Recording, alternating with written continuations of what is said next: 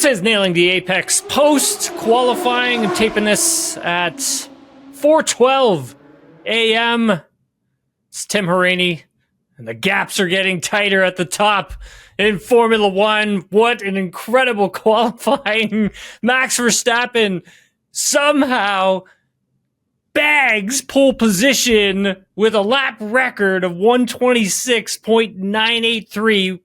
What an incredible lap. Just an incredible final sector as well. Let's dive into it because there is quite a bit to unpack from some of this. Heard from Max following this one. Heard from Lando Norris. Heard from Oscar Piastri and Ollie Behrman. Run you through what everybody had to say. But yeah, let's start with Max Verstappen, obviously. Was okay in free practice one, right? So we can go through his weekend in a chronological order here because free practice one, it was okay. It was just okay. It wasn't special. Really wasn't. But in free practice two, you could just see that he just didn't have the confidence there. He didn't have that inner belief that he could really push the car. And granted, free practice 2 was a bit of a toss-up. We had a lot of red flags. We had a crash. We had Alonso going off, getting stuck. We had fires, grass fires, which we'll touch on real quickly towards the end.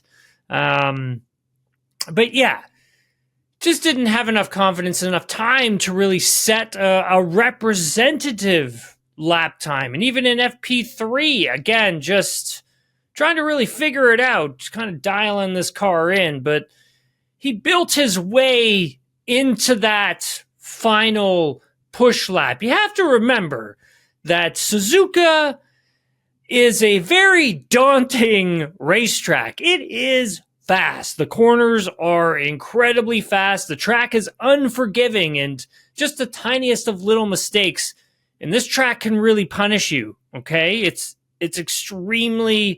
extremely daunting. So for a track like this, you really have to, as a driver, build the confidence. You can't just go out and, give it everything you got, because you're going to scare yourself and you're going to lose your confidence, and then you're going to spend so much time trying to build it up when you're trying to find the right way to go with the car. But for Max, just really approached it in a thoughtful manner, built the confidence up, didn't go out and scare himself right away. He told us he wasn't sure if the car was going to stick during that final push lap in Q3. He wasn't sure if it was going to stick in some of the corners, and this was a real special lap for him. He had to be super committed, especially through Sector 1, which is incredibly challenging. Turns 1, 2, 3, the S section, all the way up the hill. And he sent it. He sent it and was really concerned when he did with the exit of turn 1, turn 2, 6, 7, turn 8, Spoon, which is a corner name there. Those places, he was like, I hope it was going to stick. That's what he told us. He didn't expect to be this close to getting pole position, is what he thought. When he crossed the start-finish line and he saw that, he had gone quickest, he felt that he was probably going to be passed for pole position by one of the McLarens, but was still really happy and proud with the lap that he had put together. Outside of that, you could see in the post-race press conference, still not happy with the balance of the race car. But he felt like this was a really nice surprise. He made a joke to a journalist who had asked him, what would it, if he could describe what the lap felt like, and he said, you can go and try it, but I think you might poop your pants. And then he said, whoops, looked at the media delegate in the FIA press conference room and said, is that allowed in the press conference room? So made a little joke there. It was pretty funny. But yeah, he had said earlier in the weekend about the car flexing. That was one of the things I wanted to bring up, because I felt that was kind of important to touch on really quickly, because when you're as a driver and you kind of feel something like that, it's not very good. It's makes you very uncomfortable. But he had said that over the radio, I believe it was in free practice 1, that the car was flexing. So the issue was better for him today. One of their main problems is the through corner balance, he said. So as you're sort of transitioning from that initial braking phase, bleeding off of the brake, rolling the car into the corner, and then obviously apexing and exiting, so throttle down. So just the through corner balance and it changing balance. So for them, or the RB21, he was saying that like low fuel, he felt that there were some bits that he could mask with his driving with low fuel run. So a push lap, soft tires, full engine mode. His talents could mask some of their issues. But the team and the car, he feels they still have those issues and they haven't solved them yet. And for them, this was a tough track for their car, especially right now as their car is, right? And they still have a lot of issues that they're trying to really, really, really solve. And any little like balance limitation can be multiplied throughout the lap when they are on that low fuel run, full engine mode, soft tire. So they did a lot of experimenting throughout the weekend with different types of setups and how they felt and how they thought it worked. And they went back to ground zero and they built things back up again. And then they went out and reassessed. And so there was a lot of experimenting and then trying to find the right path and then sort of building on top of that, building the driver confidence on top of that at the same time. There's a lot that goes into this. And so, they've been really working hard on the car like all weekend long, just to try and find the right operating window, the right balance window for this thing. Just one hell of a lap. That is the lap of the gods for me. That was an incredible pole winning lap. I kind of feel like Lando and Oscar may have handed it to him as well, but at the same time, I think he was there and, he took it. And he's a 4-time champion for a reason, could potentially be a 5-time world champion this season with the way he's driving.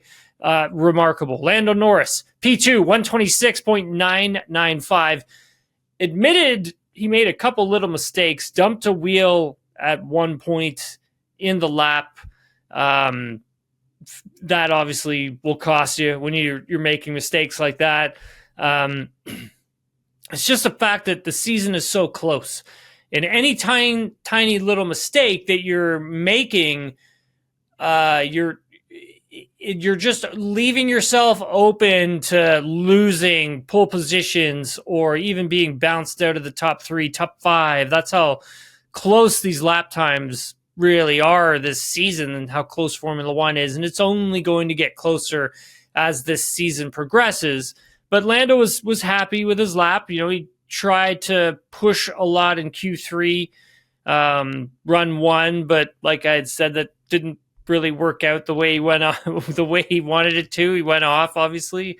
But he admitted he didn't have enough for pole position. Said, though, he's happier with the car now and felt like the team has given him a better front end on the race car. So really something that's really positive. So when he gets onto the brakes, front end's going to stick and get you into the corner, really.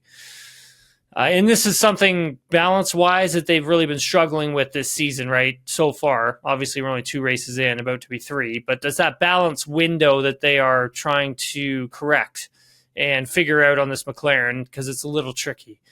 It's going to be very interesting to see how he handles Max off the start of this race on Sunday. I also think that Max may have a hard time trying to keep both McLarens behind him if it's dry. If it rains, different story. Oscar Piastri, P3 with a 127.027. I honestly thought it was going to be an early birthday present for Oscar Piastri. It's his birthday on Sunday, and I really felt that this was his to lose, and he did. You could see it on his face when he got out of the car. You could see it in the FIA press conference room. He was upset with himself. I think this was a pole position that got away from him. I really do. I think he was the favorite for pole. He had looked solid all weekend in these big commitment, high-speed corners. Like, he looked sharp. But he said he felt good through most of qualifying. In the last lap, just didn't come together the way he wanted it to, is what he said. But I think this one, he's going to be up late thinking about that last push lap, being off pole by, what was it, a few hundredths of a second. That'll get to you as a driver. That's one that I feel got away from him. I really do. I think McLaren has a good race car, though. I think they have a really good race car for Sunday. I think that when we get into the race, we'll see how the long runs go. But yeah, excuse me. But yeah, I think McLaren should be the favorite to win for this one. I mean, if it's dry, we'll say that. Charles Leclerc, P4. George Russell, P5. You know what? I thought George was, really thought George was going to be a little stronger here. He looked good all weekend. He really did. And, I put him in my top 3 for my predictions. I honestly thought he was going to get pole position at some point. The Mercedes was looking really good. But George just made a mistake on his final push lap and, lost it all in that first sector. Well, lost a good chunk of it, that's for sure. He lost almost 2/10. His teammate, Kimi Antonelli, right behind him in P6. Really nice job from Antonelli. Really good qualifying. Obviously the highest rookie on the grid for this qualifying. Antonelli's been impressive. Only his third F1 qualifying in. So far looks pretty good. Who else has looked pretty good? Isaac Hajar, P7. He was excellent. Was having a lot of issues with the belts, crotch straps. He said it was submarine belts. Sorry, submarine belts, I should call them. He said it was a nightmare. Very uncomfortable. Submarine belts. Trust me, they can be very, very, very uncomfortable, but had to grin and bear it and push through. And wow, what a great job. What a great job he did. I'm really impressed. Really impressed with how he out-qualified Yuki Tsunoda, obviously. But we'll get into that in a little bit. But he's looked really solid in the Racing Bulls car. As for Lewis Hamilton, P8. He admitted that, he didn't get great laps out there on Saturday. Him and Leclerc went in different directions with the car setup, and Lewis was hampered with more understeer in his car compared to what Leclerc was suffering with. I mean, the team is starting to figure out that, what they're learning is that when the car is running with high fuel for long runs, they can't run the car as stiff. They have issues with the ride height because of it, and that is costing them lap time. When they run this higher ride height on the car, I think it just leaves the balance window for the aerodynamics to really be functioning properly, so makes the car really tricky to drive.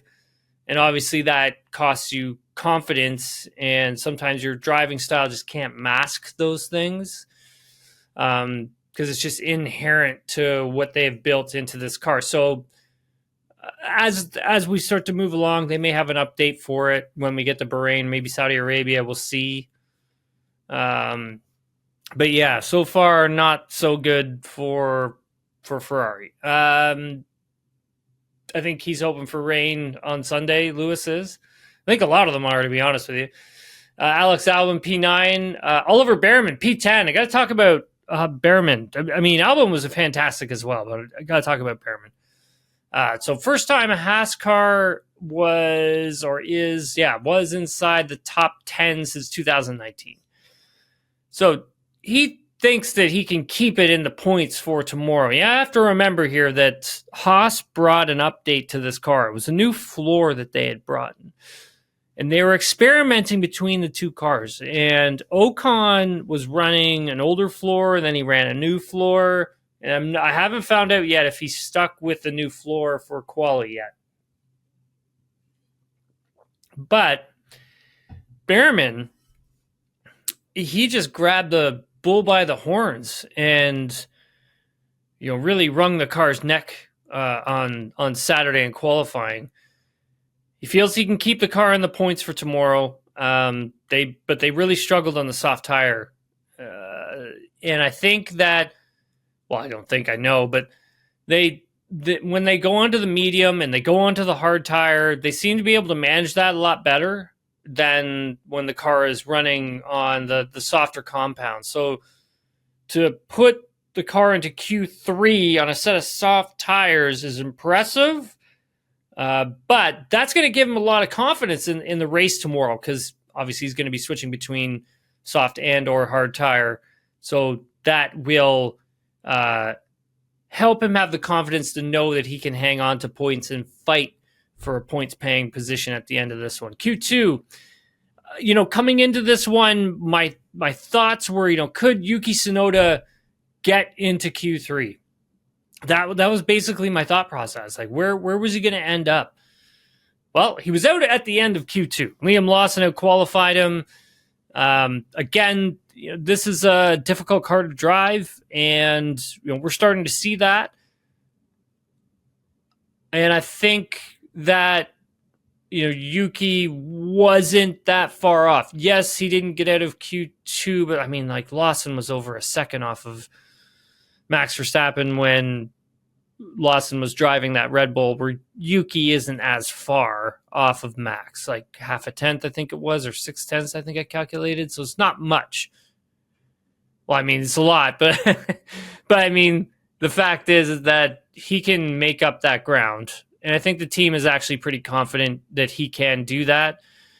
It's going to be an up and down season, I think, for Yuki in that car. There's going to be races where I think he's going to have some success, and there's going to be races where I think he might struggle. Like it could be something along those lines. Pierre Gasly, P11, Carlos Sainz right behind him. But at the time of recording this, it's now 4:30 a.m., he was summoned to the steward's office. I did get the notification from the FIA. He was summoned for impeding Lewis Hamilton in Q2. So I may be in bed sleeping when the ruling comes down, but looking at the replay, I can only assume he'll get a penalty for that, like Carlos will, because that was definitely impeding. Fernando Alonso, right behind him, then Liam Lawson, and then Yuki Tsunoda P15. Liam Lawson P14, Lawson out qualifying Tsunoda in the Racing Bulls, but Isaac Hajar out qualifying both of them in the Racing Bulls. So there you go. Yeah, I thought that was a good performance from Liam as well. And yeah, again, I think the gap between Tsunoda and Verstappen is not as large as what the team was dealing with for the first two races of the season. Out at the end of Q1 was Hülkenberg, Bortoleto, Ocon, Doohan. Wow, Doohan. We'll get to him in a minute. Stroll. I think what happened with Lance, he got hit with like 20 kilometer an hour side wind. So that crossed him up and threw him off the track. So that's what happened with Lance's qualifying in Q1. That's what ruined his final push lap. If not, I think he had enough pace to get into Q2. I think he was probably missing about a tenth to 2/10 off of Fernando Alonso this weekend. I think for Lance, it was it kind of looked like getting comfortable with, I would say exit turn 2, and then also probably the chicane, so the final section of track before the start finish line. I would say that's where he probably had some issues with the car. It really did like that. It did look like the team was working that car over all weekend long for both drivers. They were trying different things all weekend long, and it looked like a handful. I mean, you saw what happened to Fernando. Just dumped a wheel in free practice 2, skated off the track, and that was the end of it for him. So really difficult weekend for Aston Martin. We'll see what rain does. If it does rain, then yeah, we'll see how that plays out for them. As for Jack Doohan, it was always going to be difficult when you're giving up your seat in free practice 1. You're not getting that track time. But then again, the crash that he had in free practice 2, obviously you're setting yourself back, right? I mean, Doohan not closing the DRS on the car when entering turn 1. I mean, team principal Oliver Oakes said it was a misjudgment on Doohan's part by the sounds of it. I think that's how he kind of worded it. He had been practicing in the simulator with the DRS wide open on the entry to the turn. And so it's just like muscle memory, right? If you're practicing something, especially in the sim, if you're practicing habits, maybe bad habits, maybe not saying that this was a bad habit, maybe he felt that it did work in the sim and it is something that he felt that maybe he could try. Fair enough. Yeah, I just would never turn into a corner with the DRS open like that. That's just, I mean, however, I was told that the drivers did express concerns to the FIA as there are other safety triggers that are put in place for DRSs malfunctioning, DRSs not closing when they are activated and then deactivated. So when the car's entering the turn, so one is when the driver hits the brakes, should close the DRS. That's one fail-safe. The other is when the driver comes off the throttle by about 20%. That should also, again, close the DRS. But the teams can play with how much pressure that needs to be, put onto the brake for the driver to hit the brakes. So it could be a really small amount, right, that could close the DRS with the brake pedal. And that should obviously shut it. But again, I mean, during the driver's briefing here in Suzuka, I've heard that the drivers have asked about having the DRS shut or disabled, like using a new system that helps, like another fail-safe, I should call it. Like a third fail-safe in all of it. A system where the car enters the corner and maybe using GPS, something like that, to help keep it shut or shut it before the car turns in when they pass maybe a point of no return, so to speak.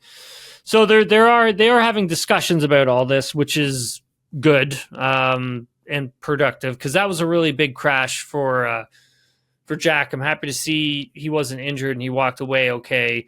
It's been a really tough start for Jack at the team. Yeah, I do. I feel bad for Jack for sure. I mean, he's been working hard for sure. It just, not getting the breaks, and sometimes as a driver, that's what you need. You just need a break every once in a while. I think for Jack, if he just keeps working at it, it'll come. I really do. And yeah, as for the rookies, we had some impressive showings out there. There's no question about it.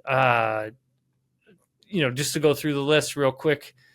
Gabriel Bortoleto, he was the first one who was out. Had a really great save in free practice 3. heading into 130R. You dumped a wheel on the right-hand side just before turning into 130R. 130R obviously is a very fast corner. Not as scary and as tricky as it used to be, but still, you don't want to lose the car there because you are absolutely hauling the mail through that corner. You really are. But again, Bortoleto looking not too bad. I think, again, with this track, it's all about building into it, right? Like you don't want to just go out and just really push it right away because you're going to scare yourself. And if you scare yourself, you're going to run into a ton of problems, like just a ton of problems. But Bortoleto, he was just under a tenth off of Nico Hulkenberg, who qualified in front of him in P16. And then obviously Jack Doohan, he was the last rookie. He was the slowest rookie, obviously, with a 128.877. A couple tenths off of Bortoleto. Not too sure if he was going to be able to get through because just not having the track time for Jack, that really, really costed him a lot. Bortoleto, Lawson did well, mentioned him. Just want to make sure I get the rookies in because I feel they're really impressing right now. Oliver Behrman, great. He did a really good job. Talked about Isaac Hajar as well. We talked about Antonelli as well. Yeah, just really good stuff from the rookies. Very impressive to see that for sure. Anyways, folks, hope you enjoyed this little quick recap that I just did. Adam and I are going to be back Sunday with a post-race debrief from the Japanese Grand Prix.